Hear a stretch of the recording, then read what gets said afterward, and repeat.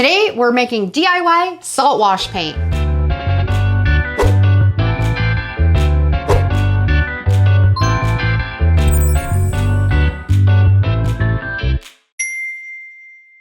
Today's video is really exciting. I'm going to show you how to make your own salt wash paint, and this is a fantastic base for projects that you want them to look chippy and rustic, and I love using them as a base on my signs. I love making signs that look 100 years old, maybe something that you would see in a tavern or an old farmhouse. And with this technique, it's really easy to achieve that. And it's just a few simple steps to make your own salt wash paint. So we're gonna get started, and I'm gonna show you the ingredients that you're gonna need to make this recipe. The first thing that you're gonna need is, of course, your project piece. I'm just gonna be using a piece of raw pine, but you can do this on furniture, you can do this on canvas, anything that you can create and turn into something that you want to have looking very rustic. So you're also going to need some latex paint in the colors of what you want to layer your salt wash paint in. I find with this technique, it works best with 2 or 3 layers. So you can have that chippy looking paint underneath so it looks like that paint has peeled away over years. And you're gonna need some salt. I find I get the best results with pickling salt. But if you don't have that in your stash, you can use bath salts or Epsom salt, or even table salt will give you a little bit of a salt wash look. So we're gonna be using pickling salt today for the recipe.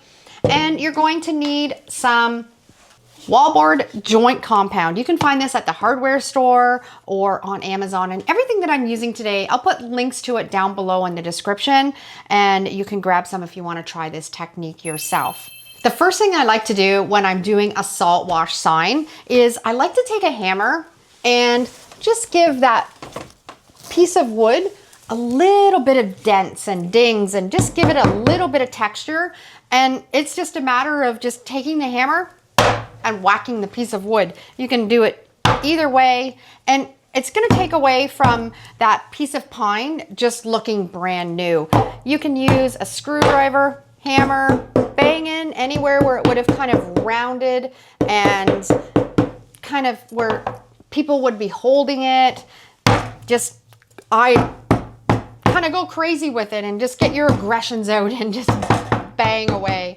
I also like to maybe even just take like a screwdriver. You can take the end of it and just put some holes in it so it looks like maybe worms have gotten into that old piece of wood, and lay it flat and just do it until you kind of get the feel that it looks kind of dented and old.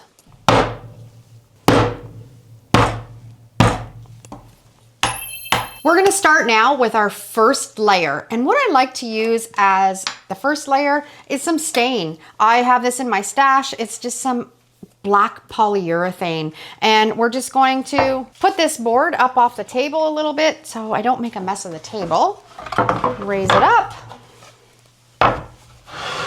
Wear gloves, wear glasses. Make sure you're in a well-ventilated area when you're using stain. It gets stinky. And we're just gonna apply that stain all over the base of this piece of pine.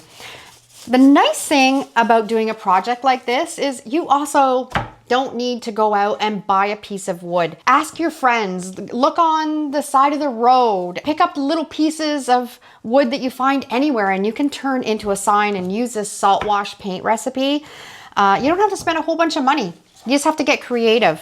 And this is just a piece of wood that I've had laying around for a long time. Wait until you see the transformation. I'm just gonna use a little rag. We're just gonna wipe that on. It doesn't even matter if it's really great coverage. We just want to get most of that pine covered. And it doesn't matter if you're using an oil-based stain or a water-based stain with this. Both will work. I just like having a darker color as the base. When you're making a sign like this, imagine looking at an old sign and what it would look like with the layers of colors. And you always have that darkest color on the bottom. So that's what we're trying to achieve right here.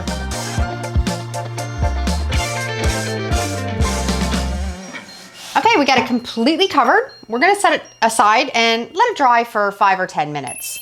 Now we're ready to mix some salt wash paint. And we're gonna use the first layer with some beautiful green. This is a great way to use up any scrap paint that you have left over from projects. This was the color that we painted our bedroom, and I have a little bit of paint left in it. So we're going to mix it into the salt wash paint. You're going to take half a cup of that latex paint.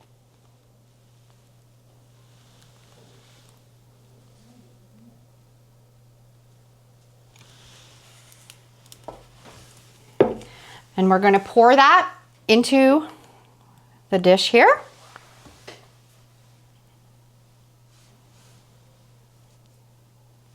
And we're going to use 1 tablespoon of the joint compound. And we're going to add it right into that latex paint. With the latex paint, you want to make sure that you're using like a matte or a satin finish. If you're using a glossy finish, it's not going to really give you that really nice look with a salt wash paint. 1 tablespoon of water. And we're going to incorporate those ingredients together really well.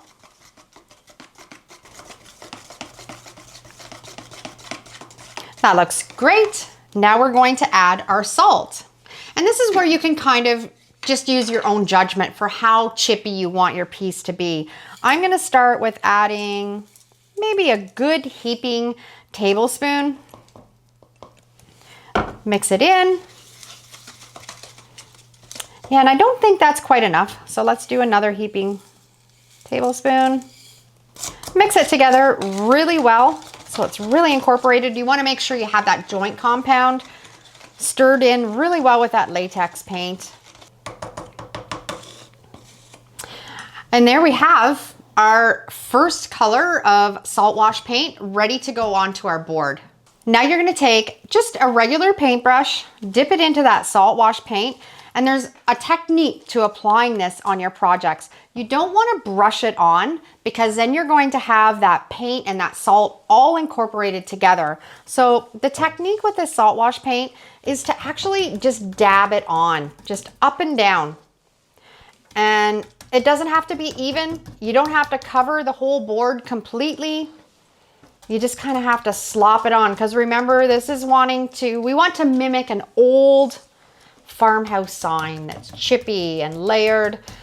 We don't want perfection here.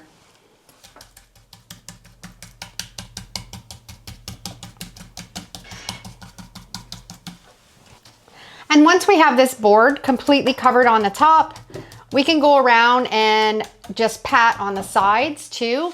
And a lot of this is just preference on how weathered you want your piece of wood to look with the salt wash. And if you're doing a piece of furniture and you want it to have that coastal kind of chippy vibe, it's the same technique. You're just going to mix up the salt wash and you're just going to dab it on your project and create your layers. Okay, we've got the whole board completely covered. Now, the trick to this technique and for it to be successful is to let it dry completely. We cannot put another layer on this until this layer is completely dry or you're gonna start moving that paint around. So we're gonna set this aside. It's probably gonna take a few hours and let this dry. That green layer is now completely dry. And this is crucial. You want to make sure that it's really dry. I've already mixed up the same recipe with the yellow paint and we're just going to dab on top of that green paint. Again, we don't want to mix that paint in with the salt. You want to dab up and down so you can get that texture of the salt showing through that paint color underneath.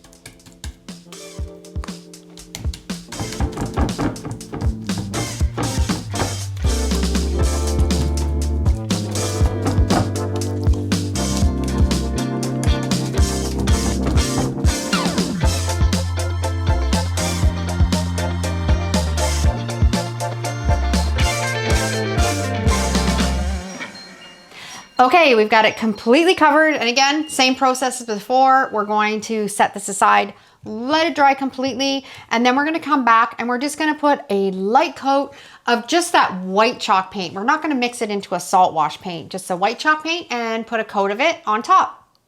Okay, we have all 3 layers nice and dry. We're ready to start scraping. We've got the green layer, we've got the yellow layer, and then we just have the top layer of the white chalk paint. And there's no rhyme or reason to the technique to start to scrape this off. I have a couple scrapers here, and you just start scraping away. And it's gonna start revealing all of those layers of the different colors. Might take a little bit of elbow grease. You're gonna get messy, but it's all worth it.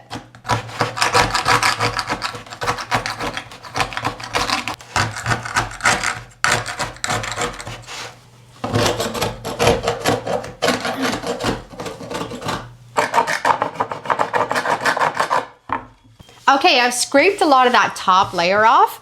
Now we're gonna go to the palm sander and get the rest of this off and make a nice, smooth, weathered looking board. So we're gonna grab our trusty palm sander. We're gonna put on our mask because there's gonna be lots of dust and stuff moving around. And we're just gonna sand.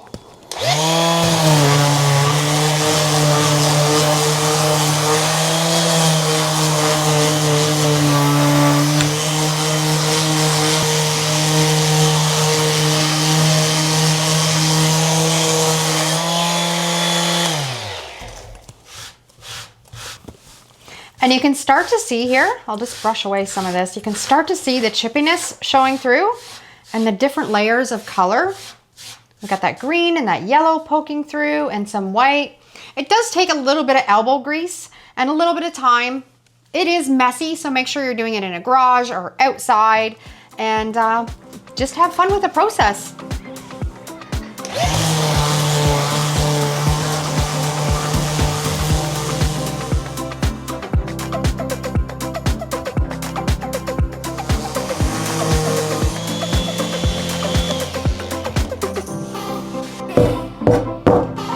This is fantastic. Look at the texture in this piece of wood, and all 3 of those different colors. You can see it's actually 4 colors. We've got our black, we've got our green, we've got our yellow, and then we have our white on top. That's beautiful. And you can imagine if you had a piece of furniture that you wanted that coastal vibe, or a chair, and to do this technique on, it would be just fabulous. We're gonna turn this into an antique sign. I have printed these graphics off on my laser printer. When you're doing this technique, you wanna make sure that you're reversing your text. I have all kinds of tutorials on my channel doing this technique. Have a look around. You're gonna find lots of different designs and different ways of doing it. So I'm just gonna go over quickly what we're going to be doing. I have sizes in a Word program. We are just going to now cut off the paper so it fits on our board. You want to use some Mod Podge matte. I find that does the best for graphic transfers. You can use a glossy, it just doesn't look as good, and you have that glossy finish, which we don't really want with an antique sign. So you can see it's reversed here, but when we flip it over, it's the right way. And then we're just gonna place it where we want it. And I've just put this in a Word program and sized them to fit our project.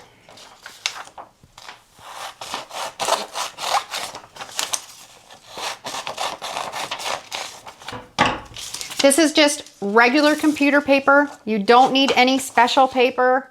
And actually, the cheaper computer paper works even better for this. A lot of questions I get asked, does it work with an inkjet printer? Yeah, it certainly does. It just takes a little bit more patience, a little bit more time. And again, I also have a video on that technique, and also comparison videos showing your laser print compared to your inkjet print. So you can find those on the channel too. My biggest struggle right now is we got to make sure that I'm spelling antiques right, because we don't want to put this on the board and have the letters in the wrong spot, which I may have done before. And T. There we go. Now we're all set to get out our Mod Podge mat and apply it onto the sign. We have it all taped up so it's nice and sturdy, so they're not going to shift around when we're putting it on our sign. Fits perfect. Now what we're going to do, because it's reversed, we're going to flip it over this way and get it exactly where we want it. I actually think I'm going to trim. I've got a bit more paper on this side than this side, so we want to make sure that we have it trimmed evenly. So I'm going to take a little bit more off here. Put it on our sign. Okay.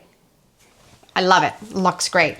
We're going to get our Mod Podge, and we're going to do this in sections because it's such a big sign. We're going to just fold this over.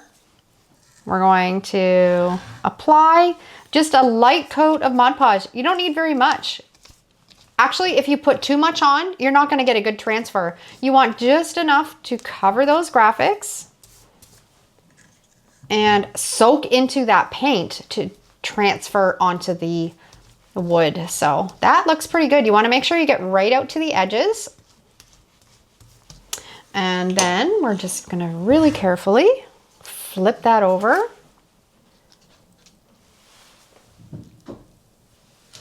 And then press it down, making sure we're getting any bubbles or any wrinkles out of it. And get it pushed right into that paint. And now, once that's done, we can flip this over and start applying Mod Podge in the sections as we go across the wood. This is a technique that takes a little bit of practice. I've been doing these for years. I've perfected it. So if you're starting, don't get discouraged. Keep trying, keep practicing, because eventually you'll get the feel for it and it'll work fabulous. And you'll be able to create some really fun signs like this.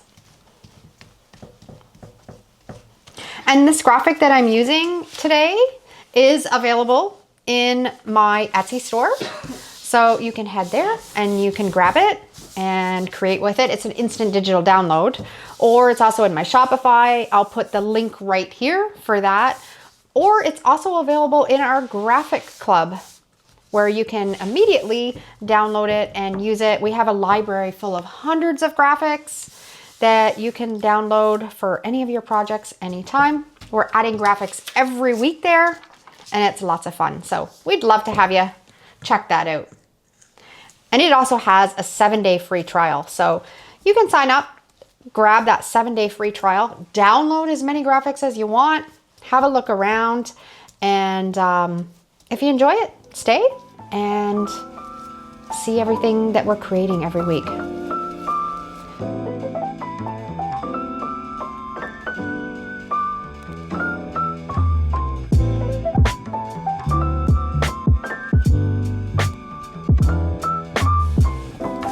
Okay, we've got some real good transfers happening here. So what we're gonna do now, we just have to be patient. We're gonna sit this aside and we're gonna let it dry for 24 hours. This is really crucial. You don't want to speed this process up. We want that Mod Podge to soak into that chalk paint and that salt wash paint and let that transfer work properly. So we'll be back. 24 hours, we're back here and our graphics are completely dried. The first thing I'm gonna do is I'm just gonna peel off this tape, and then we're going to take a little dish of water with a little sponge, or you can use a little rag, and we're gonna just start to dampen this water and rub off the graphics, and we'll see how our transfer worked. This is never a perfect process. You're always gonna have little bits and pieces that are gonna rub off, and it kind of gives it that distressed look. That's why it's so great to make these into signs that have that salt wash base, because it just adds to it.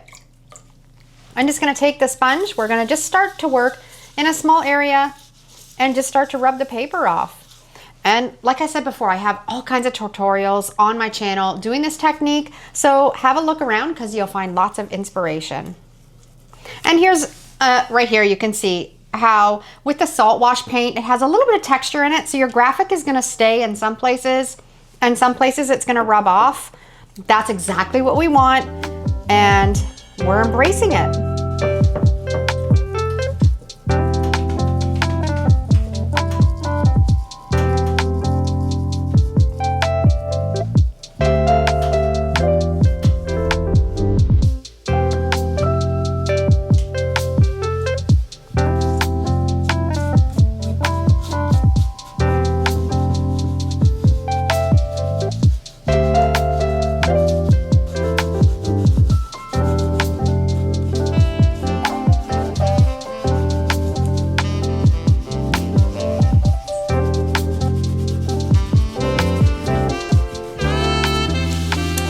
I'm just doing the last little bit of rubbing it off. It looks fantastic. The texture in it from the salt wash paint really makes it look authentic. And I'm just gonna take a rag, rub off all of those little bits of paper that maybe are still kind of stuck in there. And again, this technique you can see is not perfect, but that's what gives it character, and that's what makes a fantastic sign. So all that's left to do now is we're just gonna put a top coat on to seal it all up. But how fantastic is that? To seal up my signs, I like to use a polyacrylic sealer. This is a semi-gloss, which is kind of fun. It's gonna give it a little bit of a sheen. You can use Mod Podge. I don't like it. I find that it kind of stays milky and it's kind of thick. This is my preference. So we're just gonna put a nice coat on the top. You'll find as you're putting on that top coat, it's going to get rid of any of that haziness that you might have left of paper that's still on the graphic, and it's just gonna make those colors pop a bit more. You can really see the yellow and the green and the black and the white now stand out. And all that texture that was in the graphics where it had the salt wash finish has kind of left almost like a gray color. So you get that fifth color almost in the sign. If you're making a sign that you want to put outside, this is an interior formula, but they do make an exterior polyacrylic sealer. And I've had signs where I have used that and put the sign outside, and some of them have been out there 5 or 6 years and they still look fabulous. So this would be really great to make a garden sign or a sign for your front porch. And we're just gonna put a nice coat all across the top. Now we're just gonna set it aside and we're gonna let it dry. And this is the end product with the sealer. Lots of chippy goodness.